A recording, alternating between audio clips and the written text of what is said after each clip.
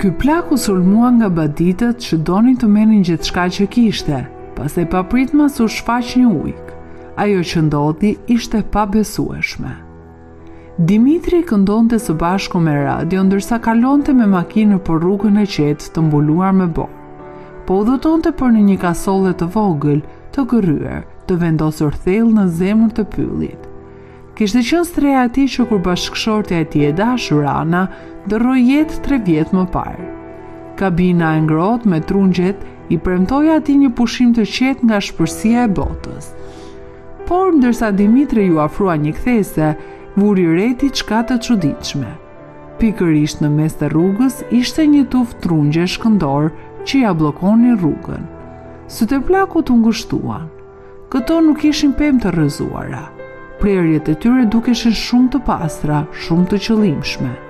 Ai ndjehej shqetësuar, por nuk ishte shumë zgjedhje. Duhet të ndalonte. Dimitrit i dukej sikur këto pengesa ishin vendosur aty me qëllim keqdashës. Ngadalsoi makinën duke qëndruar pesu mbi frenim, duke kapur timonin, nyjet e tij të bardha u bllokuan. Plaku shqetësua. Bandit.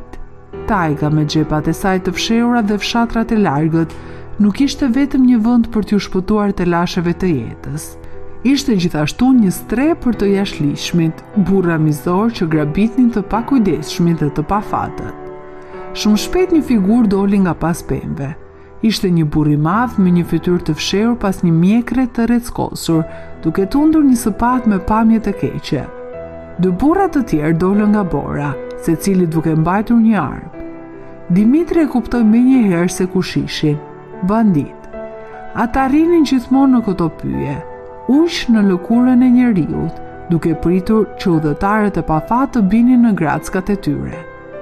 Dimitri zgjidhi me kujdes ripin e sigurimit dhe zgjati pushkën e tij të vjetër të gjuetis, e mbështjell pas ndjeljes së shoferit. Ishte një relik nga ditët e tij të gjuetis, një shok besnik në shkretëtirën e pafalshme.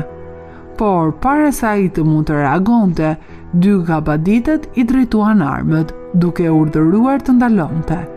2 të tjerë dolën dhe qëndruan në pjesën e pasme të makinës, duke i bërë 6 prej tyre kundër një të moshuari. Mendja e Dimitrit nxitoi. Ikja ishte e pamundur. Trungjet ishin përpara, banditët kishin armë të vendosura mbi të dhe ai nuk mund të kapte pushkën e tij pa u qelluar. Ndjeu frikën të zvarrite në zemrën e tij për herë të parë pas një kohe të gjatë, por bashkë me të erdhi një tjetër emocion, sfida. Gruaja e tij e ndjer gjithmonë thoshte se ai ishte një burr kokfort dhe ai nuk pranoi të dorëzohej kaq lehtë. Ndërsa banditi me sapat u afrua, Dimitri ndeshi shikimin e tij me qetësi, pyeti se çfarë donte. Banditi qeshi me zërin e tij të ashpër dhe të ngrirë. Ai tha Dimitrit se ata donin gjithçka, paratë e tij, makinën dhe jetën. Dimitri e dinte se ai ishte i pakrahasueshëm me ta, por ai nuk do të strukej. Ai nuk pranoi t'i linte këta bandit t'i merrnin jetën, makinën apo edhe orën që i kishte dhënë gruaja e ndjer. Ai do të përballej me ta dhe nëse kjo do të thoshte vdekje. Banditi kryesor përqeshi duke u tallur me fjalinë e Dimitrit, asgjë për ne, ai u tall. Ai tha plakut se makina e tij dukej bukur dhe ishte i sigurt se xhepat e tij ishin plot me para. Gjithçka që donin ishte që ai të dorëzonte gjithçka dhe do të jepnin një dalje pa dhimbje nga kjo botë. Ndërsa banditi fliste, ai ngjeshi sapatën me teun që shkëlqente në rrezet e diellit që venite. Dora e Dimitrit u shtrëngua në timon. Ai e dinte se nuk mund t'i kalonte këta burra ose t'i luftonte ball për ball, por nuk do të dorëzohej pa një luftë. Ai ishte një njeri i tajgës, i ashpër dhe po aq i ashpër sa vetë toka. Duke kuptuar se Dimitri nuk do të binte dakord, banditët thyen xhamin e makinës dhe e tërhoqën zvarri jashtë, duke hedhur në tokën e ftohtë dhe me borë. Dimitri u përpëlit nga dhimbja, ndërsa bora e akullt i thumbonte fytyrën. Duke parë burrat, ai kuptoi se këta nuk ishin banditë të zakonshëm. Ata ishin të dënuar të arratisur nga një gulak i largët burgu, thellë në tundrën e ngrirë. Kushtet e rënda të burgut i kishin kthyer në individ të pamëshirshëm, pas një simpati. Për ta, jeta e një të moshuari ishte pa vlerë. Banditët ishin të pamërshirshëm me të. Çdo goditje ul me një forcë të neveritshme. Dimitri ndjeu çdo goditje, por shpirti i tij mbeti pa thyer. Pasi e rahën, banditët kërkuan çelësat e makinës së tij, duke synuar të përdornin për arretisje. Megjithëse i kishin shpëtuar burgut, ata e dinin se patrullat së shpejti do t'i kërkonin. Dimitri megjithatë nuk pranoi të dorëzonte veturën e tij dhe të bëhej peng në arratisjen e tyre. Ai mendoi shpejt të hartoi një plan dinak. U tha banditëve se makina e tij nuk do të ndizej për shkak të ftohtit ekstrem, duke u shtirur si shitësim dhe duke pretenduar se duhet të kontrollonte motorin. Me ngurim ata ranë dakord. Ndërsa Dimitri rëshiti poshtë veturës, banditët shndruan vigjilet, por shpejt u shpërqendruan nga një paketë cigare që gjetën. Të etur për një shije lirie ndezën cigaret, pa e ditur se Dimitri po punonte me shpejtësi poshtë makinës. Me gishtat e shkadhët, ai priu lidhjen mes ndezjes dhe motorit duke e bërë veturën të padobishme. Ndërsa banditët pinin duhan, Dimitri u largua në borë pa u vënë re. Banditët, të përqendruar gjithashtu te cigaret e tyre, nuk e kuptuan se ai ishte zhdukur derisa u përpoqën të nisnin veturën dhe zbuluan se nuk lëvizte. Të tërbuar ata kërkuan për të moshuarin, të vendosur për ta detyruar atë të paguajë për atë që bëri. Ndërkohë, Dimitri po vraponte në peizazhin e mbuluar me borë i raskapitur. Edhe pse trupi i tij i plakur i dhimbte dhe ajri i ftohtë i dojgjë mushkrit, ai vazhdoi. Tajga ishte e gjerë dhe ai i njinte mirë rreziqet dhe vendet e saj të fshehjes, por banditët ishin afër prapa, çizmet e tyre kërcisnin në tokën e akullt. Dimitri e dinte se nuk mund të ikte për gjithmonë. I dëshpëruar ai vuri re një pemë të gjatë me degë skeletore dhe filloi të ngjitej.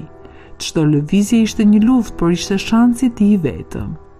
Banditët u afruan, ndaluan poshtë pemës, pa e ditur se Dimitri ishte fshehur sipër tyre duke pritur. Por fati i tij ishte gati të mbaronte kur gjërat ndryshuan. Një zog i vogël fluturoi pranë tij. Zogu i vogël nuk e kuptoi qartë tensionin e vazhdueshëm dhe vazhdoi të fluturonte rreth plakut me krahët e tij delikate. Dimitri injoroi zogun. Ai ishte interesuar për plakun e fshehur. Me një shpërthim të papritur të instiktit, zogu hodri Dimitrit duke i goditur në fytyrë. Një ngulçim i doli nga buzët Dimitrit ndërsa luftoi për të mbajtur shtrëngimin e tij në deg. Banditët, të cilët ishin pikërisht në fund të pemës, vunë në re tingujt. Ata kthyen vëmendje lart duke pyetur veten se nga vinte kjo zhurmë. Dimitri ishte i trembur deri në kocka, por zogu po emocionoi edhe më shumë.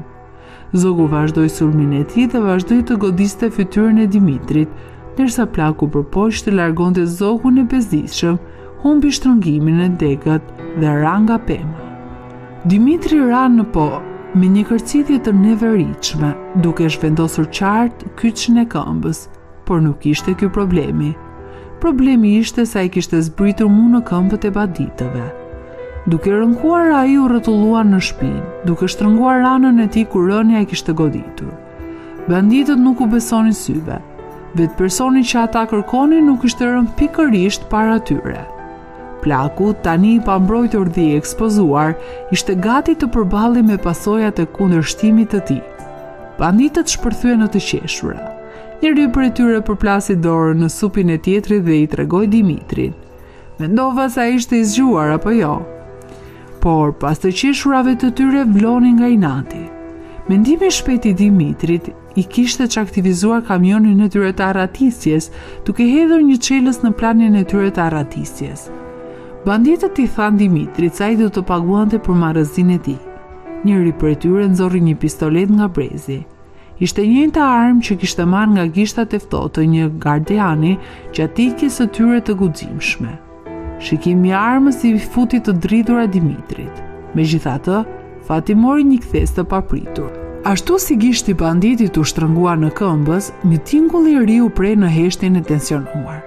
Rrezet e dritës kërcinin mbi dëbor duke e prerë mbrëmjen. Qen dëgjoshin duke lehur fort. Një nga banditët vrapoi drejt tyre dhe u tha se çfarë po ndodhte. Ishte patrulla e burgut. Në sytë e banditëve u ndes paniku. Arratisja e tyre planifikuar me kujdes, po kërcënohej të shëmbej në sekonda. Kishte një shans real që ata të kapeshin dhe të dërgoheshin përsëri në burg për pjesën tjetër të jetës së tyre. Dërsa patrulla po afrohej, banditët tani u kapën mes djallit dhe ngrirjes së thellë.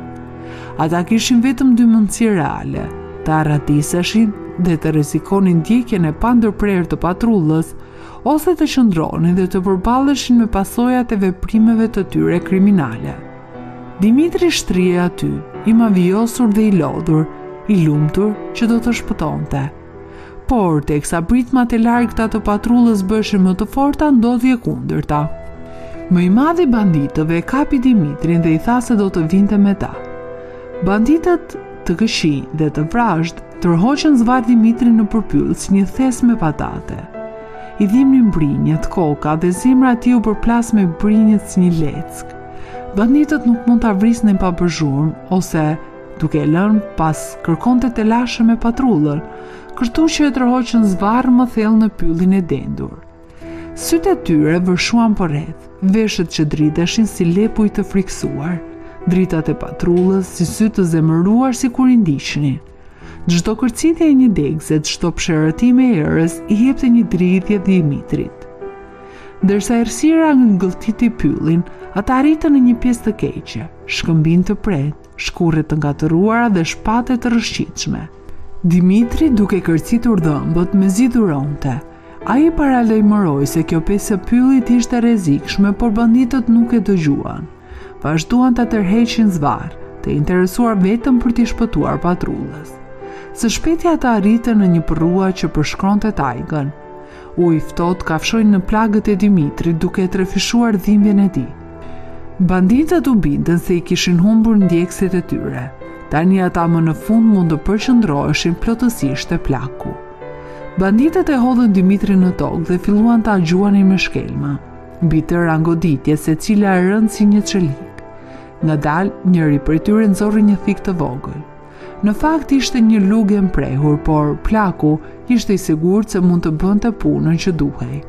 Por para se të godiste Dimitrin, ndodhi diçka tronditëse.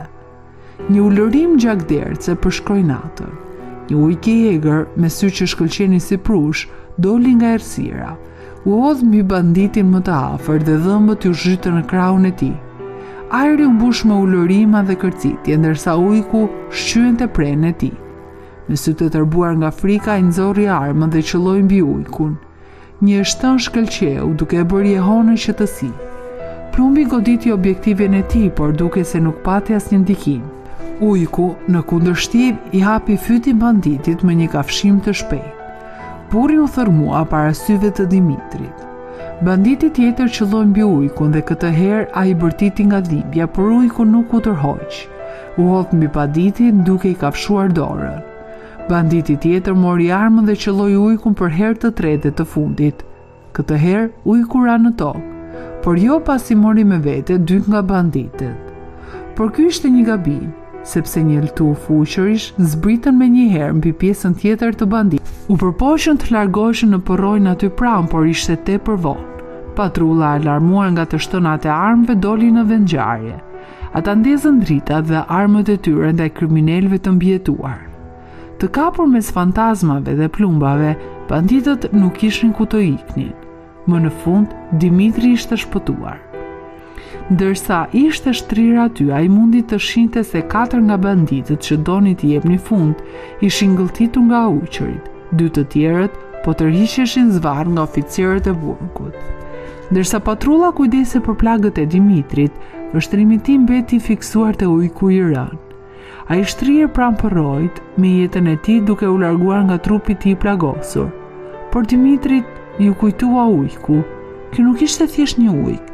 Ishte njëti qërnush i vogël që i kishte gjetur vite më parë, i humbur dhe i plagosur.